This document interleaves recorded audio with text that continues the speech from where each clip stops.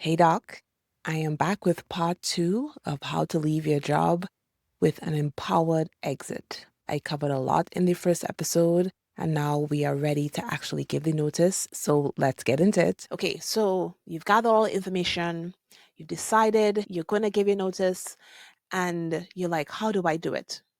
By now, you should know what is the actual procedure for giving your notice because it's going to be in your bylaws, it's going to be in your contract. You're going to hear from the friend who left, or you're going to talk to HR. You're going to find out exactly how, because you don't want to send an email and then they're like, oh, that's not official. So if an email is enough, plan to do that. If you have to do a letter, plan to do that. Just find out whatever it is and actually write it. Keep it short, keep it simple. Dear Dr. Luces, I am writing to formally resign from my position effective this date, and that date is going to be the last date of your notice. Please consider this letter my formal notice of resignation. That's it. If you want, and it's a positive or at least a neutral departure, you can say thank you for everything you've done. You don't even need to say all that, but just keep it simple to the point with no extra stuff.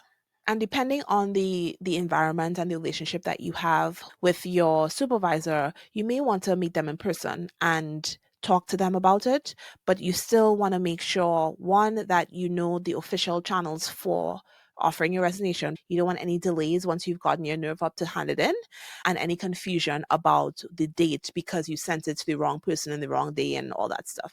So, because that person is your supervisor, that's probably one of the people that you're worried about burning the bridge with.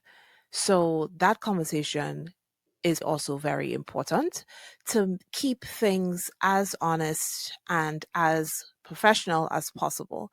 So, as I shared with my experience, I do not believe that you cannot say anything that is true if you're leaving for a negative reason, but you have to gauge, what is this person like? What relationship do we have?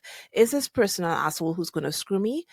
Then maybe keep it super vague, keep it to the point professional, and say I'm reevaluating my life and looking at my options, or blame it on the family, or whatever else you have to do to get out of there without risking retaliation.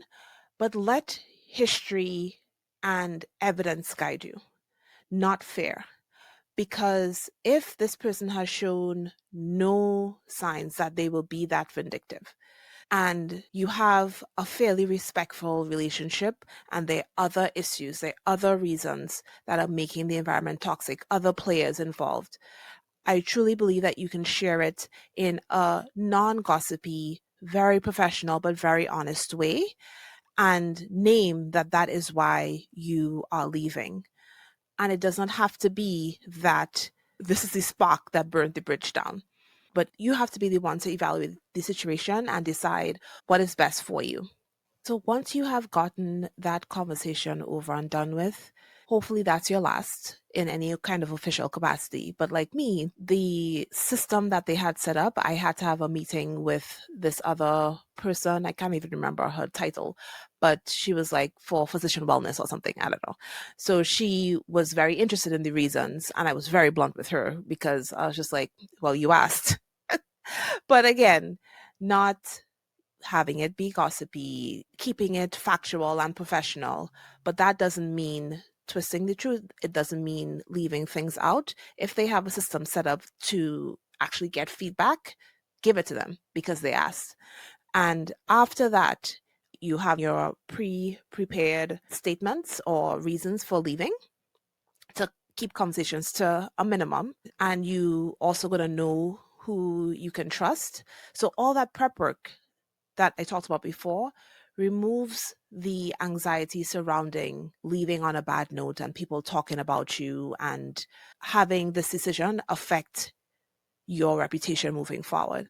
Because you already know you're not going to go around gossiping about what happened and complaining, and you're not going to do any of that. You're going to keep people out of your business. You're going to have your standard answer. You're going to know who your friendlies are. They may know some of the whole story, but just, I don't know, really know who you can trust. If you don't know them, don't trust anybody, and just keep them as a strictly professional contact for letters of rec and things in the future. But if you keep it vague, don't overshare, and keep it honest, there really should be no fear of burning bridges. And if you do all of that, if you tell people, I need to do this for my happiness, for my mental health, I just need to focus on my family, and you tell them these reasons, and then they still badmouth you, they still say all sorts of things, you never had bridges to begin with. And sometimes it's just that you need to accept that and keep it moving and move on with your life. Okay, so going back to, you've given your notice, some other practical things that you have to do. Do you want to start collecting your stuff? And depending on the environment and how toxic the situation is, or even if it's like an emergency, like a family member died and you really need to leave the job, whatever it is, if there's a chance that the notice period may be short, you want to start doing some of these things before you give the actual notice. But definitely, if you have like a 3 months or 6 months, you want to start doing these things so that you're prepared for when you actually leave. So start getting your case logs together, because when you credential at somewhere else, they're going to ask you how many procedures, how many this.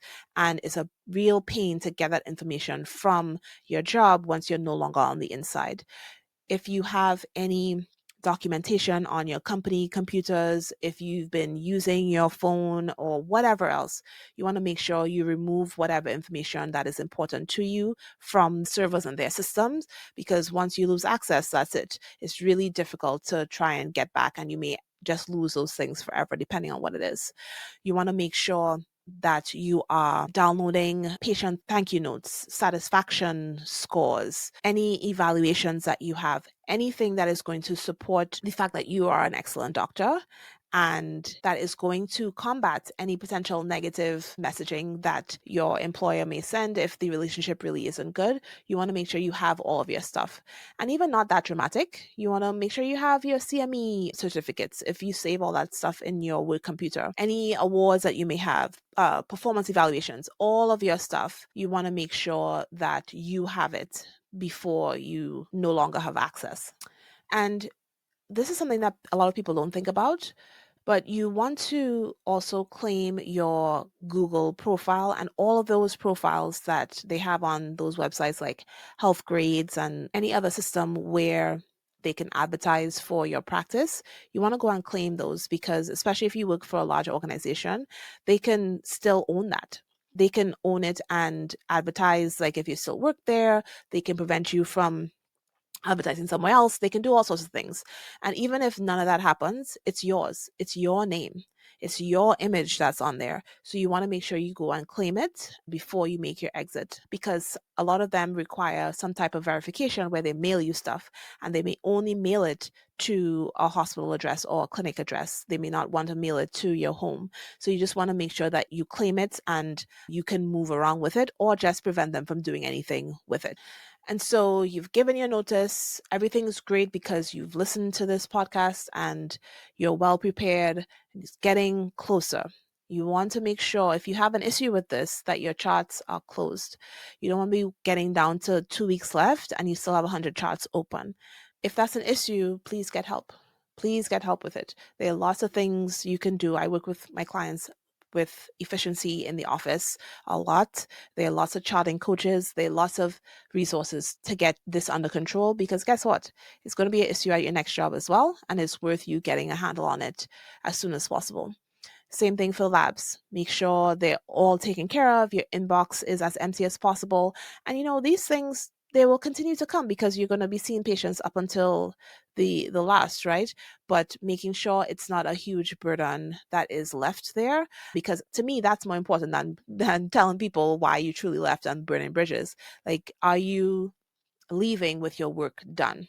And depending on the function or dysfunction of your office, there should already be a plan in place of who's going to take over your inbox, who's going to follow up on your labs. But that's just something that you may want to ask about to make sure that the patients that you care about are well taken care of. And it's also not blamed on you if things get dropped, right? Because you're gone. They could tell patients whatever they want. And that's another point. What are they going to tell patients about why you left? That's something you need to ask about. Who is responsible for informing the patients? Because there are some places where they expect you to do that. Some places where it may be by law that you have to if you leave somewhere. So you want to make sure, again, you may have gotten that information at the beginning when you were doing the information collection with your contract and talking to your lawyer, but you really want to know, what are they going to say? Who's going to tell them?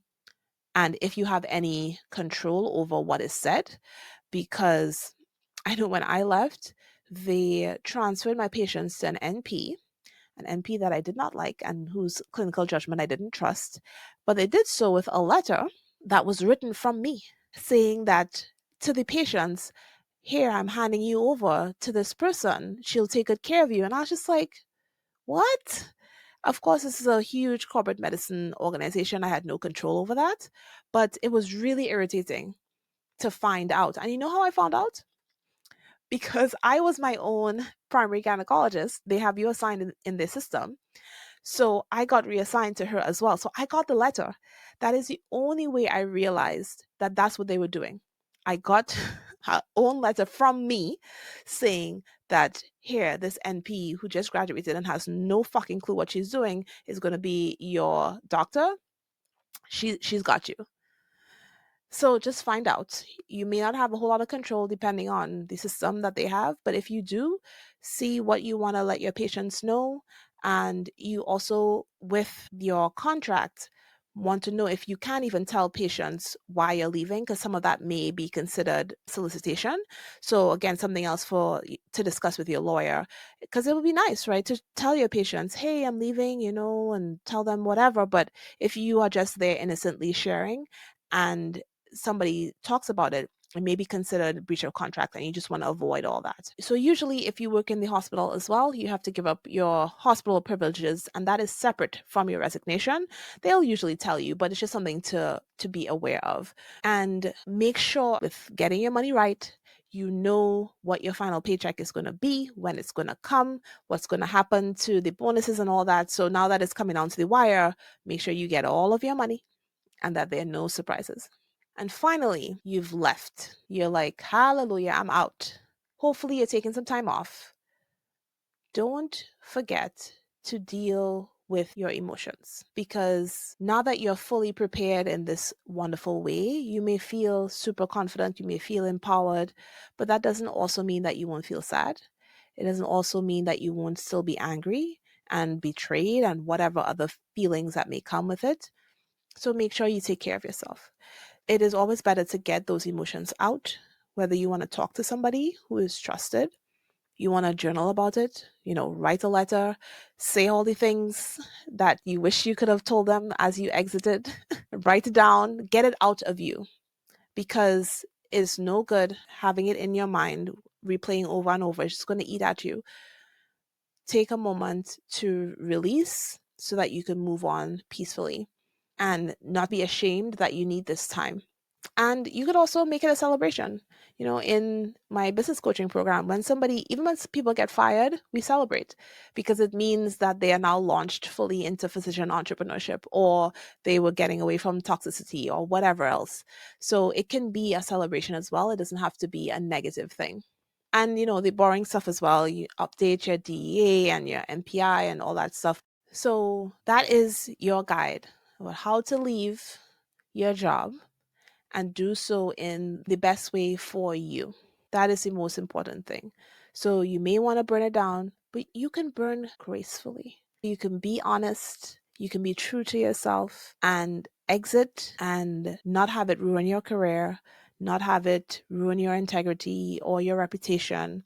It doesn't have to be all that. Transitions can be difficult, but with the right plan, with the right prep, and with the right support, it can be liberating. We don't deserve golden handcuffs. We deserve to be free. And that's what I want for you. Right? So share this with another physician mom who is just like, I need to get the fuck out of this job. Help. Or any woman physician, or any physician at all. These steps are generalizable for all of us to transition to the next part of our careers. And this is my jam. This is what I specialize in. Transitioning into motherhood, transitioning back to work, and definitely transitioning away from a job in a way that makes you feel good. Like, yeah, I'm ready for something new. That is one of my favorite things to help my clients with. So if you're like, this guide is great, what you're saying is nice, but I need more help, schedule a free coaching session and let's talk about how to get you out of that job and into something new and aligned and that makes sense for you. You can schedule using the link in the show notes or go to my website, drtoyacoaching.com, DRTOYA coaching.com, or any of my socials. The link is in the bio, and schedule and let's talk. This is a real free coaching session. So even if we don't work together, you are going to get a lot of value and know the next steps for you to leave this job. It's going to be great. I can't wait to speak with you and help you through this transition if that is what you need. And I will see you on the next episode of Stethoscopes and Strollers.